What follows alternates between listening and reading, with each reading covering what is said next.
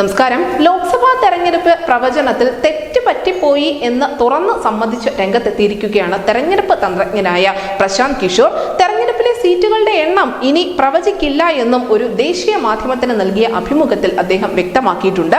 അദ്ദേഹം ആ അഭിമുഖത്തിൽ പറഞ്ഞ വാക്കുകൾ ഇപ്രകാരമായിരുന്നു: എന്റെ വിലയിരുത്തൽ ഞാൻ നിങ്ങളുടെ മുൻപിൽ പറഞ്ഞിരുന്നു, എന്നാൽ സീറ്റുകളുടെ എണ്ണത്തിൽ അത് തെറ്റായി പോയി എന്ന് ഞാൻ സമ്മതിക്കുന്നു. BJP 300 സീറ്റിൽ എത്തുമെന്നാണ് പറഞ്ഞത് എങ്കിൽ പോലും 240 സീറ്റുകൾ മാത്രമേ അവർക്ക് നേടാൻ സാധിച്ചുള്ളൂ. ഒരു തന്ത്രജ്ഞൻ എന്ന നിലയിൽ ഇനി സീറ്റുകളുടെ എണ്ണം ഞാൻ പ്രവചിക്കാൻ പാടില്ല എന്ന് മനസ്സിലാക്കുന്നു. കഴിഞ്ഞ 2 വർഷത്തിനിടെ ബംഗാളിൽ നടന്ന നിയമസഭാ തെരഞ്ഞെടുപ്പിലും അതിനോടൊപ്പം ഇക്കുറി നടന്ന ലോക്സഭാ തെരഞ്ഞെടുപ്പിലും മാത്രമാണ് എണ്ണം പറഞ്ഞുള്ള പ്രവചനം താൻ നടത്തിയത് എന്നുകൂടി പ്രശാന്ത് കിഷോർ പറയുന്നു.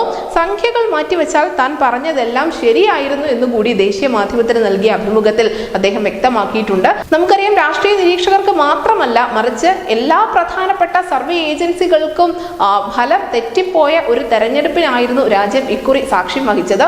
അതിൽ പെടുന്ന ഒരാൾ മാത്രമാണ് ഈ പ്രശാന്ത് കിഷോർ എന്ന് പറയുന്നത്.